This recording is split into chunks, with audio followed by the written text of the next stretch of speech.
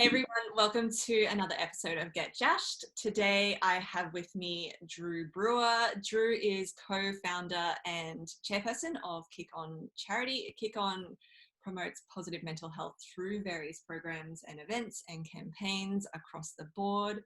And you are also co-founder of Allgood Nutrition. Nutrition. Thank you. Yeah. Allgood Nutrition. We're one of Australia's first mental health-based supplement companies, and we donate 50% profits to mental health charities. So that's insane. Tell me what got you into that. So, because I wanted to speak about like the genesis of Kick On, but also you have this heavy. You're also a musician, but you share a lot around mental health. You have this heavy lean towards being an advocate for mental health. So was there a lack of leadership or communication in that space that you felt that you wanted to fill, or what's the drive there? I guess the drive behind it. I just had a really privileged, amazing life, and I hadn't been through any adversities or anything really until I got, I was about 8 weeks out from my wedding. I think I was 26 years old, and life was amazing, all these things were going right for me. I still had 4 grandparents, and my partner decided to call the wedding off, really close to the wedding, out of nowhere. And I didn't know how to deal with it. I was, typical bloke. I didn't talk about anything that was going on. I isolated myself, and I stopped working out, and I spiraled down really, really quick and just hit rock bottom. And basically, I didn't know how to reach out, so I guess from there, I quit my job. I was working FIFO. I was a high voltage electrician, and I decided to start volunteering and playing music. The only rational decision you can make, just quit your job and become a musician. Yeah, especially for a guy in his 20s, why not? Yeah, I had a bit of money saved and stuff, so I did that, and I was lucky enough to fall on my feet. And I started volunteering at all these different charities and foundations, and I guess I just seen a gap in that space where there wasn't many charities around Cairns that had a cool factor that kids in particular could look up to or would feel comfortable connecting with, or getting involved with. So yeah, and that's, I got together with one of my good mates, Gus, and he wanted to create a clothing label that was pushing positive mental health. And I'm like, well, I want to create a charity. Why don't we just kind of join those ideas together and let's go, let's kick on. Yeah. How long ago was that all of that happened? Like the charity that kicked on? Yeah. So I think the wedding thing was, I'm really bad with times, maybe 6 or 7 years ago. And then the charity was probably 3 or 4 years now that we've had Kick On, probably 3 years.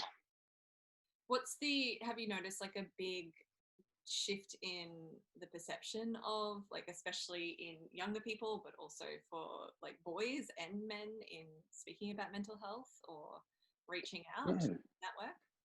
I think I've really noticed there's starting to be a shift, especially in mainstream media. You've got professional athletes that are coming out and talking about their own mental health issues and illnesses, and I think it is starting to shift, but there's still such a long way to go before the stigma's gone surrounding mental health. There's still this, there's still this stigma around it where people are kind of scared of it, and it's still a taboo thing. So yeah, I think there's still a lot more work to go, but we're trying our best. Yeah, you guys are doing a good job in that. Because I was looking at your website and everything, and you speak to schools and you speak to workplaces. It's not just that you're targeting one, core age group, for example, or anything like that. You're kind of just looking at it across the board, which I feel like is necessary, because it's not one age group's problem, right? It's not it's one demographic's thing to solve or to address or to make better. But you find that there's a difference between the conversations, or where the importance lies in the conversations between the different age groups? Yeah, 100%. Mostly in the sense of the way that the information has to be delivered, and I think most of us kind of know what you're supposed to do. but it's having that information delivered by somebody that demographic respects and looks up to, and then in the language that they can understand and feel comfortable with as well. So, and we always, with anything that we do, we try to have somebody with life experience in that field and that demographic. Like the FIFO mental health tour, you know, like I worked FIFO on the gas and mining camp. So the guys out there, they don't want to have a doctor or a psychologist come out and talk about what, you know, what life is like in a FIFO camp when they've never experienced it themselves. Same as kids, you know, they want someone that's young and cool and that they think is basically just awesome. That's who they want. That's who they'll listen to. So yeah, we always try and get specific to whatever, you know, whatever demographic we're delivering to. So yeah, that makes a lot of sense. Like it just the ability for people to hear, they need to feel related to as well. Yeah. Do you feel like you had that at all, like as like growing up in Australia as well? Like, did you feel like you had that at all growing up with this idea of who you could look up to in that way? Not really. Like my parents are amazing. Like I'm really, really lucky to have two, and they're young too. So mum and dad, you know, I'm 32 and mum's 52 and dad's 53, you know, so they were young when they had me. So they're still cool and relevant, you know, a bit, but amazing people, did everything they could for us, but they had no education on mental health, you know, like anybody from that era. So they didn't get taught that in school. They learn all their mental health stuff off me. So it just wasn't a thing that was kind of talked about, or, you know, especially I come from a tiny country town. So, you know, I grew up on a farm. So very farmer mentality, like harden up, you know, get over it kind of, you know, we don't talk about our feelings kind of thing. And that's just the way it is out there. So, and I feel like, yeah, it's had a pretty big impact on me. Not, you know, it's taken me a long time to be able to connect with my emotions and build emotional intelligence and, you know, being able to tap into that. Sorry. You're right. So yeah, I feel like there still needs to be a lot more. I guess there's still a long way to go, especially in rural towns, especially in remote places, and Yeah. It's like you touched on it just then as well. It's kind of the importance of bringing the understanding that these things don't happen overnight, and these things you don't just decide something and then a switch gets flipped and that's it. It's all of a process, like the emotional intelligence or the understanding around what's going on for you mentally as well. It doesn't, I mean, did that happen for you? Like, I don't think it happens that way where we have this like, oh, okay, I just want to feel better, and then we just feel better. No, it's definitely a journey and a process, and, you know, building those connections. Like, you know, how long does it take to form the habits? You know, so I got to 26 years old and I was quite emotionally shut off and not in touch with my emotions and didn't really know what was going on. I was a very positive, upbeat person, but I just had no awareness, you know. So it took that big, you know, life-changing event for me to start, you know, and I guess the way that I did it was I started reading books for the first time since school, and started reading self-help books and motivational books. And, you know, I started getting an interest in mental health and psychology, and, you know, volunteering at mental health charities. And you know, it's a long process, but it's a very worthwhile process, you know, because even just self-awareness, you know, I didn't have any self-awareness. Like, you know, people just react to things instead of actually knowing what's going on with your body or why you might be feeling a certain way, or, you know. So yeah, it's definitely, I don't know, you can't just click your fingers and change. It's, you're trying to break a habit, you're trying to create new thought patterns, and, you know, it's hard work, but it's worth it. Yeah, that's definitely it. I was going to actually ask, like, what was your process? So like that moment of, you know, life kind of just being pulled out from underneath you, like the life that you knew or as you knew it, and going through the process. Just if you could explain maybe a little bit more, because sometimes people are like, yeah, but I just haven't had that moment where I just decided. But sometimes it is starting with just reading a book, right? Or, you know, just taking the step by step. Yeah, and hopefully you don't have to go through, you don't have to get to rock bottom before you can make positive change in your life, you know. And for me, I guess I was just like most of the world. I was very caught up in the future, you know, and I had all these big plans and all this stuff, and I wasn't really living in the moment too much.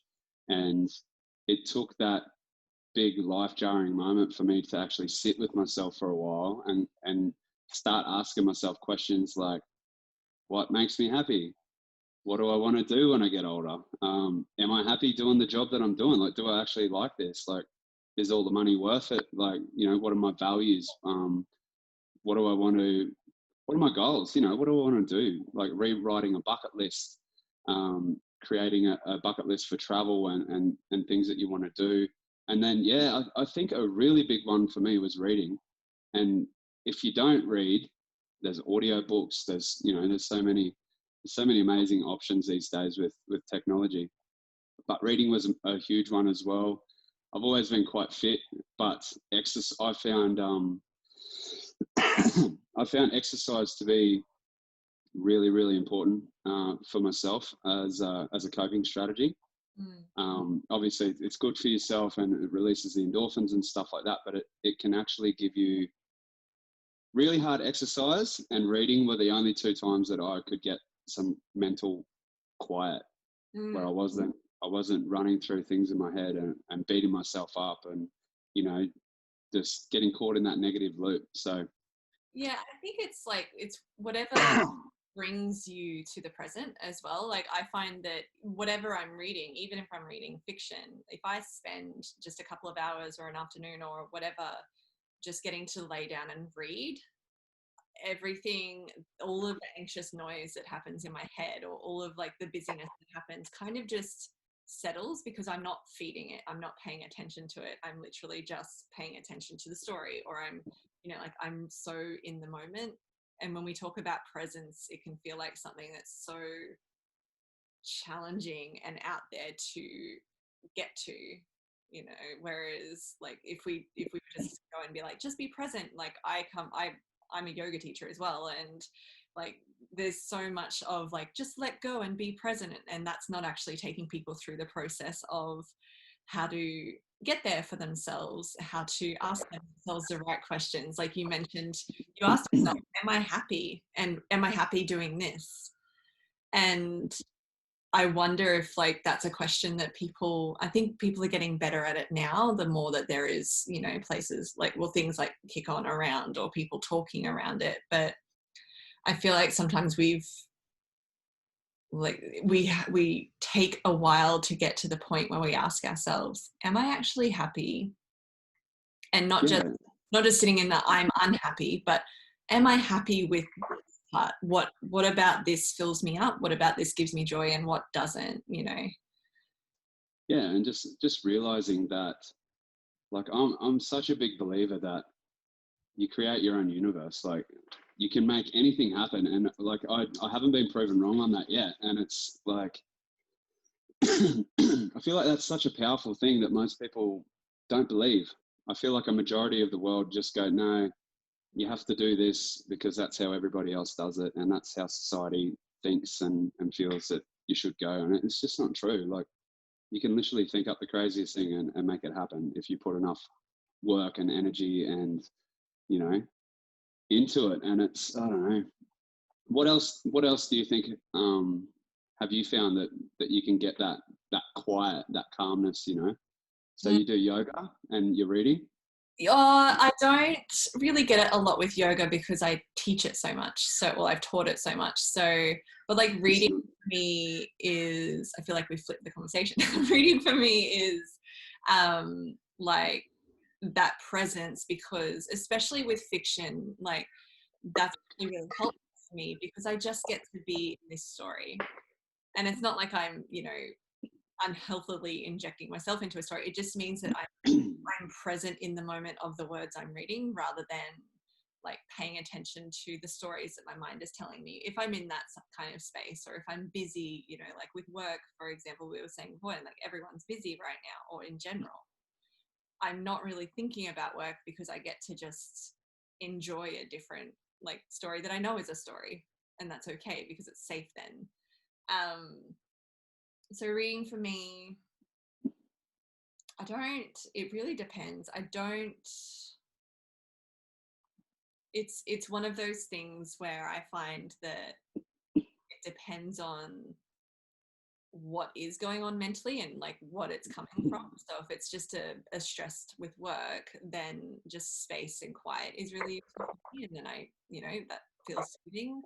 If it's stepping into the space of the stories that you tell yourself, I don't know if you get that at all either, but like we can tell ourselves stories based on our perceptions of what's things that have been said or done, or like what might happen even if it hasn't happened. If it's in that space, basically anything that kind of grounds me. So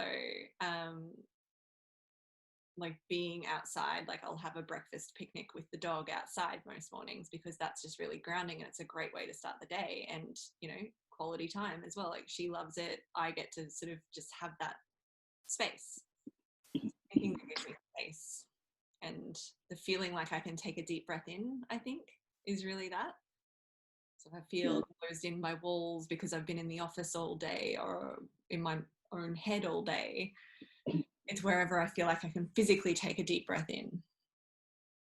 There's something so soothing and healing about nature and fresh air and being outside, and yeah, like you said, you know, grounding yourself. And I think having a dog is an amazing thing. If you're struggling, like having a little battle buddy there, that's something that just gives you unconditional love and no judgment, and is happy to see you every time you walk in that door, can be an amazing thing for people's mental health, you know. So yeah, it's the little things like that. And I think with mental health as well, we get so caught up in there.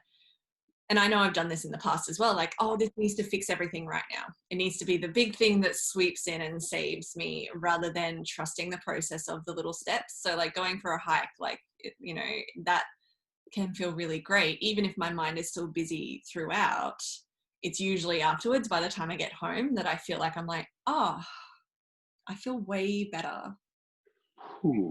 It's that, right? It's just the, oh, okay, I feel all right. Like, you know, you're not in this totally zen space necessarily, but you're feeling calmer, or you're just feeling grounded and more settled and clearer. So it's working through the process, like of going through the hike, even if your mind is busy throughout, because it's still contributing. It's continually contributing. Like I've had moments where I've been in meditation, like just, and my version of meditation is just sitting there quietly, just breathing, but just sitting there having quiet time for my brain. Like it's just like, great, cool, this is just space. And the like on this particular day, like my mind was just busy, and I'm like, I'm not feeling any better, and I had a bit of space in the morning, so I just went for longer and longer and longer, for like an hour and a half. I'm like, I'm not feeling better, I'll just keep going. Like I'm still feeling like really mentally busy.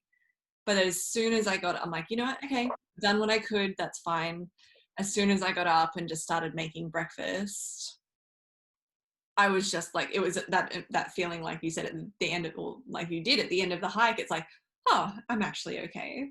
Like everything's okay. I just, yeah. And like you said, you might not have solved any of your problems, but what you've done some exercise, and the endorphins come out, and they will bring down your stress, you know, your cortisol and stuff. So scientifically, like, you know, biologically, your body is calming itself down. So, and even though your problems might still be there, but you've done something positive for yourself, you're going to feel good. And after you've done a little bit of exercise, you feel like eating some healthy food, like naturally. And I think for me, a big one has been learning, you know, and it's that cliche thing that look for a lesson. Like if something goes wrong or something doesn't work, like look for the lesson. And it's such an obvious thing, but once you really take that on board, it turns any negative thing that happens if you can find a lesson and pull that out, then it turns it into a positive, because that's when you learn the thing, you know, you're like, oh, this is the part of my life where I learned not to do that, or where I learned that I should be more careful with this or that. And it can, I don't know, just changing the mentality around it, that it's not just a bad thing and it's not just a mistake that you made. Yeah, it's the whole thing of, this isn't happening to you, it's happening for you. Yeah. And like, I've never been a big believer in everything happens for a reason.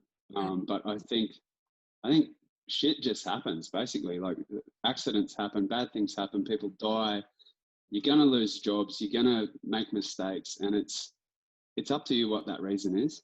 Yeah. Like, bad things could just keep happening and you can link them together, or you can focus on the things between the bad things, and you can pull lessons out of the bad things and you can turn it into something positive. And just, yeah. And like we said before, that doesn't happen overnight. You can't just click your fingers, but training yourself to think that way and being more aware, you know, it's just awareness of the situation. All right, is this thing that happened, is that in my control? Yes or no? If yes, all right, what can I do to fix it? If no, okay, you know, acknowledge it, feel what you feel, but then let it go. Don't hang on to it, you know. And then if you can do that quickly and process things, then you don't end up with 10 things on your plate at the same time. You can just, you know, 1 or 2 come in, you sort them, you get rid of them, and then you move on, you know. So yeah, that's a really good point as well, is just like actually acknowledging what you feel, because I feel like sometimes a lot of, at least with like clients that I work with, that I've taught, like a lot of our mental noise comes from resisting. Like, we don't want to sit and acknowledge what we're feeling, so there's a resistance, but that requires so much energy to keep pushing back, like the fact that there are emotions or there are feelings there that, you know, that aren't necessarily bad. They can be uncomfortable as hell, for sure, but like, it's just this whole, we sometimes like exacerbate, I'm not saying we create our mental health issues, but we exacerbate the experience of them when we're resisting as well. And that's on the surface level. Like, obviously a lot of mental health stuff goes a lot deeper and on a chemical level and all of that, but as far as being in the spaces where we just feel like we're holding back this big giant wall of emotions that want to be acknowledged and want to be heard and want to be felt, and just so they can shift through and process through and move, I think that's where the things like exercise helps as well, because that's on a somatic level. Like, it's held in our bodies, trauma is held in our bodies. So if we can move it in a safe way, that's, you know, in a container that's safe for us, which is why organizations like Kick On are so important too, because that's the safe container. Yeah. And like, such a big advocate for the exercise, a good diet, and getting good sleep. Like, I think those 3 things can help your mental health so much. They're definitely not the only thing that you need. Like, you know, like we said before, there's heaps of people out there with a 6-pack that are, you know, damaged and not doing good and not happy, you know. And it's not everything, but it's a good coping strategy, as long as you're not going overboard. But it's a positive, good coping strategy where you're going to feel good, and it's going to help, you know, and it can give you that mental quiet for a little bit, and being able to just have a bit of space from your problems and step back and get a different perspective. It's also a really good way to start conversations with other people, you know. Like, one of the best ways I've found is going for a hike, like, especially for blokes, you know, us guys, we're hard to talk to. Like, most of us are very closed off and we don't want to open up, you know. We have this big, strong exterior that we're trying to live up to. And it's, you know, the best thing you can do is go for a walk where you're walking side by side, you're bonding because you're doing something hard together. So, you know, there's that bonding thing as well. It's non-confrontable because you're not staring at each other like face to face across a table at a cafe in public. So, and you're getting the exercise. And even if you come back from the walk and you haven't talked about anything, it's still a positive thing. Yeah, it's like it's focus of like the activity that's being done is the hike, the talking and the maybe the processing of any kind or the bonding of whatever is a byproduct. So like it becomes a safer experience to have and to allow, right? Yeah, 100%. I think it's one of the, always try and take the focus off whatever, you know. It's so confronting to sit down in front of anybody and say, I'm not doing all right, or, you know, like it's a hard thing to say. So if you can take focus off that and do something positive, and it's a distraction as well, you know, so it can lower those barriers. And the stress that comes, like the stress that comes up as a result of needing, like, or, you know, inherently feeling like, oh, I should reach out and say, yeah, I'm not doing okay. But it can feel stressful because it feels vulnerable, and it's the, oh, this is, you know, which can exacerbate things again. Yeah. And I love what you said before about your self-dialogue. And I think that is so important. And again, another thing that you have to just keep chipping away at. And with all of these things, it's small steps. Taking small steps in the right direction will get you to the destination, whether it's with your diet, you know, cutting a little bit of sugar out each week, or drinking a few less alcoholic beverages, or eating less takeaway and cooking more meals at home, you know, more fruit and veggies. You don't have to, like these fad diets where you just cut everything off and you stop drinking and smoking and you give up sugar and you last 2 weeks, and then you know, even if you last like a 6 weeks challenge, you go back to what you were doing before and everything comes back. So making small, sustainable steps in the right direction is what it's all about. I'm choking. So sorry. I got like this dry spot in my throat that I just can't get. They're the worst as well. And you feel, because I want to ask about this, because you mentioned that it came, like you went into music after your relationship ended and everything like that. Do you feel like that expression of yourself has played a big role in how you've been able to address your own mental health journey? Yeah. Music was a savior for me.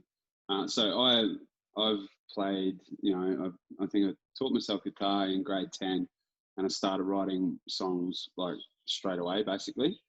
And yeah, I was a dude that couldn't communicate how he felt, and music was my vessel for that. You know, that was my outlet, and I think everybody needs a creative outlet, and it doesn't matter if people see it. It doesn't matter if you're good. Like literally, you can write songs or poems or books, or diaries, a great one, journals. And if nobody ever sees it, it doesn't matter. But that process of having an outlet where your feelings are going down out of you onto paper somehow, and you have that release. And you know, it's literally, I think music has literally saved my life. You know, so it's helped me through a lot of tough times in my life, and I'm just lucky enough that I've been able to turn a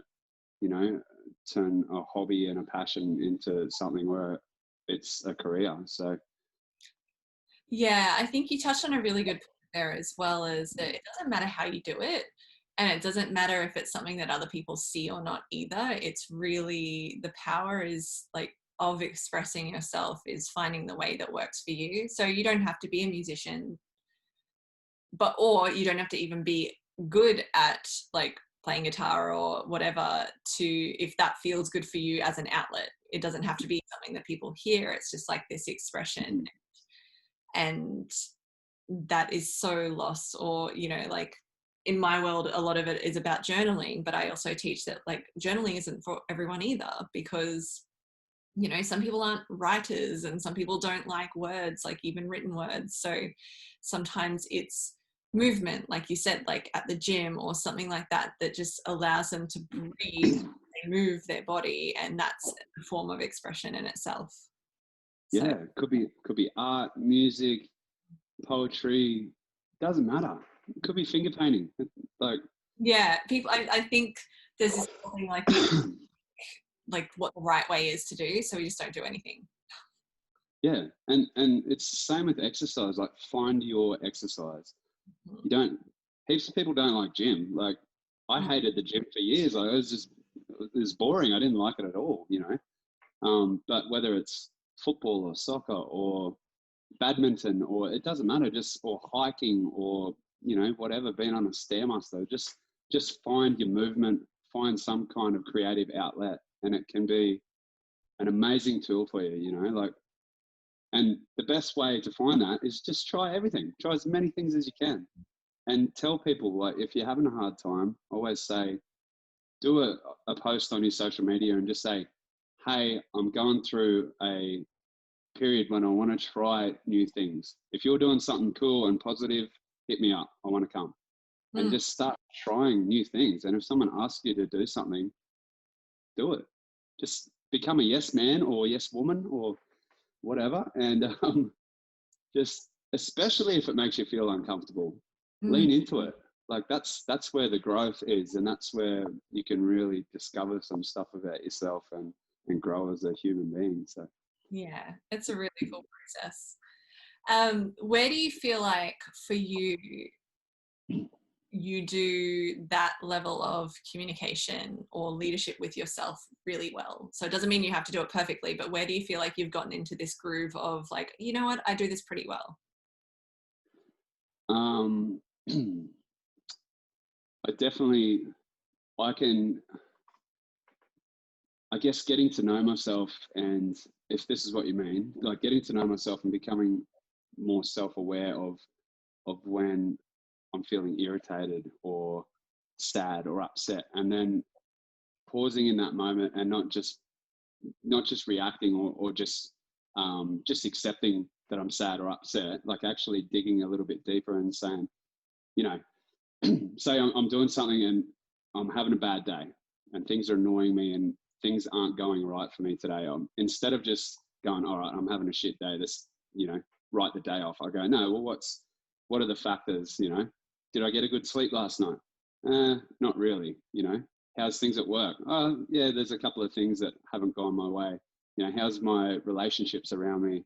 You know, and actually digging deep and being like, all right, cool. So I know I got 3 hours sleep last night. So I'm going to give myself a little bit more allowance and know that my temper is going to be a bit shorter. I'm going to be easily irritated, or I might not be functioning at my usual level, you know, and things are probably going to make some mistakes today. So just allowing yourself to be like that, and maybe just not beating yourself up about it, but just accepting it and preparing for it too. Say, all right, today might be a bit tough. What can I do to help myself out and not beat myself up even more, you know? So I think that's been a big thing for me. Yeah, it's almost like that level of self-awareness of even checking in, like you said, like, oh yeah, I didn't have a lot of great sleep last night. So there's compassion there.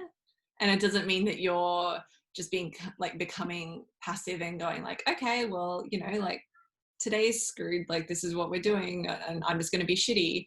It's actually going, okay, I might feel like my temper is a little shorter than normal, and this is why, so let's just ride it out, we're good, but you know, I may be feeling it along the way.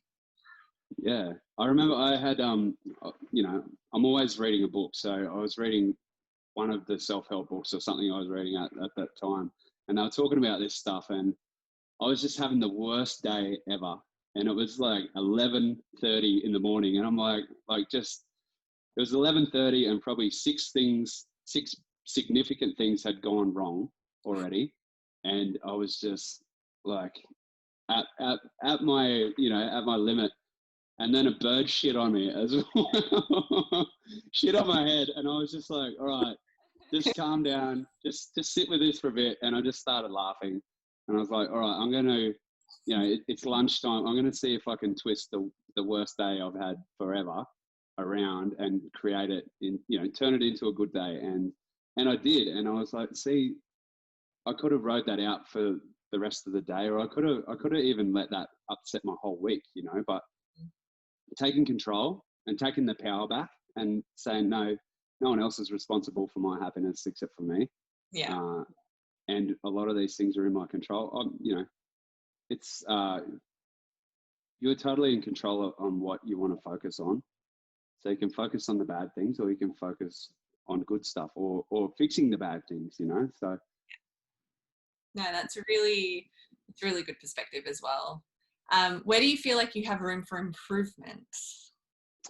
ooh, yeah, look, I'm definitely not perfect. I probably have room for improvement on a lot of levels, but I think for me, it's probably the place that I have made the most improvement. Could probably still use more improvement, and that's probably talking about my feelings. And it's funny because I went on a TV show where that's all they did all day, every day, was talk about your feelings, and that probably helped me out a little bit. As horrible of an experience as it was, it's probably helped. And yeah, just getting that that openness and vulnerability that I get through my music into like verbalizing that in real time. Yeah. I think that's a big goal for me. And I think, you know, I like the process of, you know, taking steps towards that. So yeah, and it's useful for anyone to lean into as well, because like it can feel really like gross to talk about your feelings sometimes, and it can feel confronting, or it can feel really vulnerable, and it's this discomfort that, like, and I know I've been there as well, like in various ways where you kind of just, you want to but you can't, so you kind of lean away and you still feel like stuck until you do anyway. So I think that's a great process for anyone to allow a continual improvement, or like improvement, because there's no real one level you get to, but allow the continual kind of growth in and becoming more comfortable with being uncomfortable in that.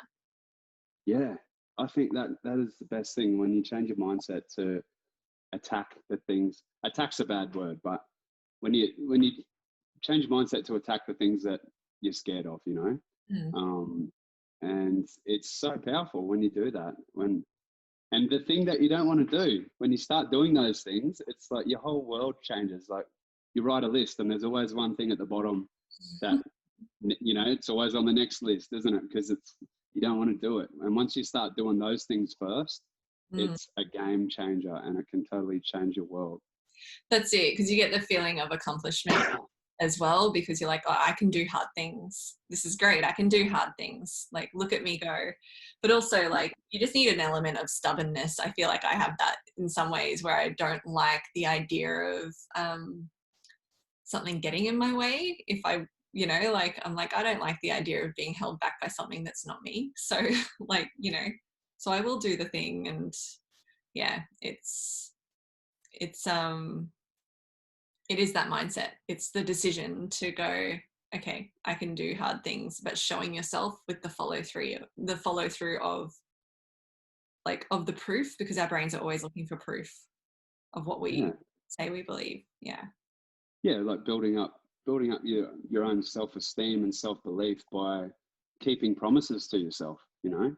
Like if we say, oh, I want to do this, or I'm going to do that, and then you don't do it continually, your brain you're wiring your brain not to believe yourself, and then you're not going to have much trust in yourself or confidence in yourself if you don't do that.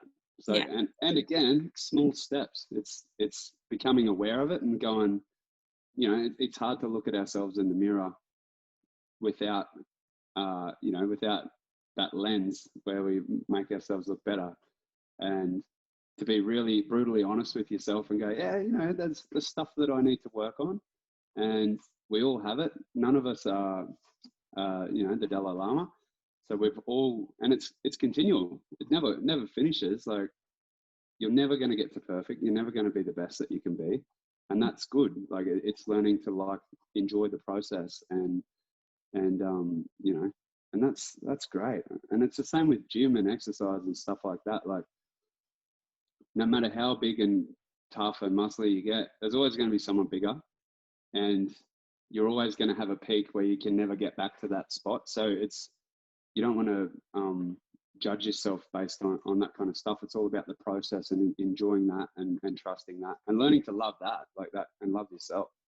It's the process of, oh, look, I'm taking care of me, whether it's the gym or something else. It's the process of being in love with the act of showing yourself that kind of love and compassion in whichever 100%. form it shows up in.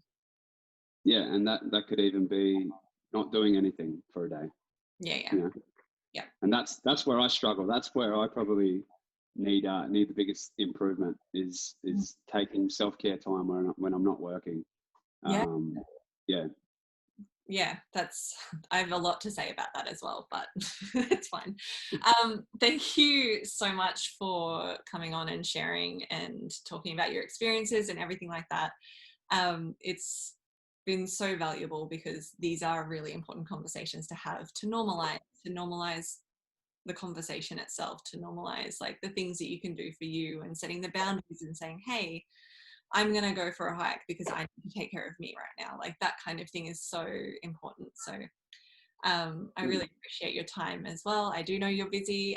Where can people find you on wherever? You can find me basically anywhere now. Instagram, Drewboy Music, or Facebook, or you can look up the Kick On charity. It's on Instagram, Facebook. There's a website there. Yeah, just Google Drew Brauer, Drewboy, and you'll find me wherever you like. Awesome. Cool. Yeah, but thanks so much for having me, Jess. It was an awesome chat, and yeah, I think just do small things for yourself each week and set yourself little new challenges, and you'll end up in an amazing spot, whether it's 6 months, a year, 2 years, whatever, but you'll get there quicker than what you're currently doing. So Yeah, it's trusting the process, eh? yeah, and Cool. read and learn about yourself, how your brain works and your body works. Yeah, cool. Well, thank you so much. Yeah, go follow. All right. Bye.